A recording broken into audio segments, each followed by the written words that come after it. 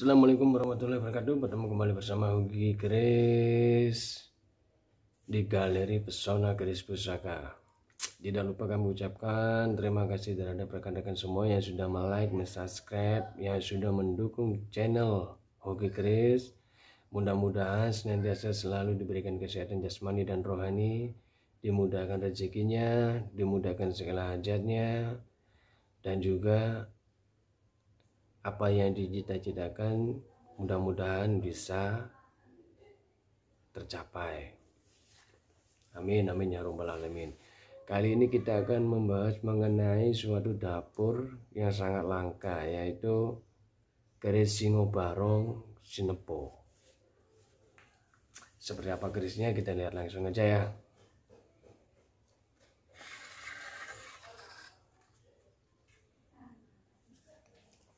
Jadi keris Singo Barong Sinepo itu mempunyai ciri ricikan itu seperti ini, guys. Di bilanya itu ada lekukan seperti ini, dan ada sogokannya juga seperti ini. Sogokannya tinggi. Dari yang ke bawah ini satu, baru sampai di ujung atas ini ada sogokan lagi. Itu menyambung ke sini. Inilah merupakan ciri dari keris-keris Sinepo berdapur atau bergandik Singo Barong. Jadi saya menamakan keris ini merupakan Singo Barong Sinepo. Kalau untuk masalah tua atau masalah filosofi dengan keris Singo Barong sama, tapi cuma memiliki beda dari bentuk dapur dan ricikan. Karena di sini ada lekukan di seperempat bilanya ya, ada lekukan seperti ini. Nah ini kelihatannya set ke ujung, dan bilanya pun di tengah bilanya itu pun geligir sapi di sininya itu.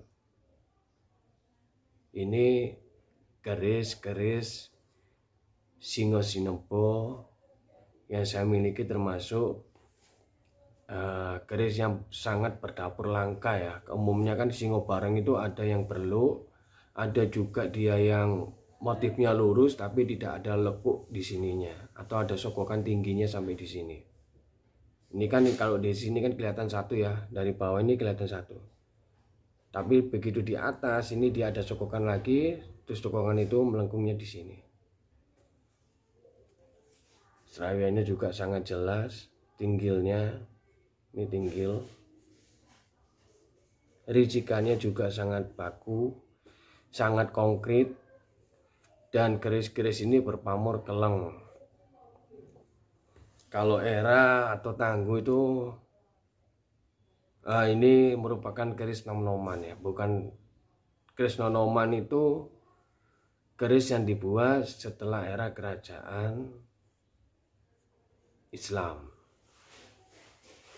Beda dengan keris-keris Kamardikan ya. Kalau keris Kamardikan itu keris yang dibuat di era setelah kemerdekaan RI. Itu keris Kamardikan. Jadi ada perbedaan. Ini keris-keris nom-noman dengan bahan-bahan pilihan, material pilihan, dengan garap sae kalau saya bilang. Dan besinya juga berkarakter dan berserat ini. Ini cuma pamornya aja keleng. Geligir sapi. Dan keris-keris seperti ini sangat jarang atau sangat tidak umum untuk yang berdapur Sinepo, Singo Barong, bergandik Singo Barong dan berdapur Sinepo seperti cirinya di sini. Biasanya ada keris Sinepo itu tapi dia nggak bergandik ini, tapi motifnya itu motif lurus, bisa dibentuk dapur jala. Salah satunya ada juga yang jalak Sinepo, motifnya juga sama seperti ini. Tapi yang saya punya ini yang bergandik Singo Barong, berpamor keleng, dan berjirikan dia di tengah bilanya itu sangat jelas sekali yang geligir sapi. Dan keris-keris Sinepo ini pada era masanya dulu hanya dimiliki oleh seorang raja atau anak raja. Keris-keris berdapur Sinebo seperti ini, khususnya untuk dapur-dapur Gandik Singo ini ya. Karena dapur Singo ini melambangkan suatu kewibawaan seorang pemimpin di masanya dulu, dan juga menggambarkan sebuah kekuasaan yang dia miliki. Makanya bergandik Singo ini melambangkan power seorang raja dalam memimpin suatu wilayah yang dia miliki. Jadi dapur-dapur Singo Barong Sinebo ini merupakan suatu dapur yang sangat-sangat langka. Dua lain dari Singo Barong ini juga bisa untuk menambah kewibawaan, bisa menambah untuk tolak bala, dan bisa untuk hal-hal yang lainnya. Apalagi dengan berpamor keleng ini, ibaratnya pamor keleng ini menunjang untuk tingkat kespiritualan seseorang. Beda dengan pamor-pamor yang lain. Jadi kalau seseorang itu suka lelaku, seseorang itu suka bertirakat istilahnya, media-media seperti ini berpamor keleng ini sebagai penunjang, sebagai supportnya lah. Jadi dari Gandik, dari dapur, dari pamor itu memiliki keselarasan dengan sang pemilik. Tapi tidak lupa, semua itu bisa terjadi, semua itu bisa terwujud atas seizin Tuhan Yang Maha Esa. Kita sebagai manusia hanya bisa berusaha, selalu berdoa, dan memohon kepada Sang Pencipta. Segala sesuatu hal yang mustahil itu suatu saat bisa terjadi.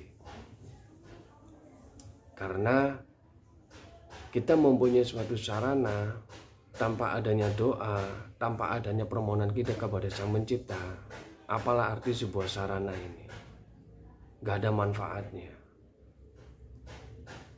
Tapi kalau kita imbangi dengan kita penuh hasrat untuk selalu ingat dan memohon kepada Sang Pencipta,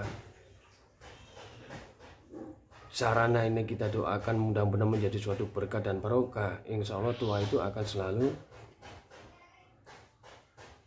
menyelimuti kita. Karena apa? Karena sudah ada ijab doa yang kita mohonkan kepada Sang Pencipta untuk sebuah sarana yang kita miliki.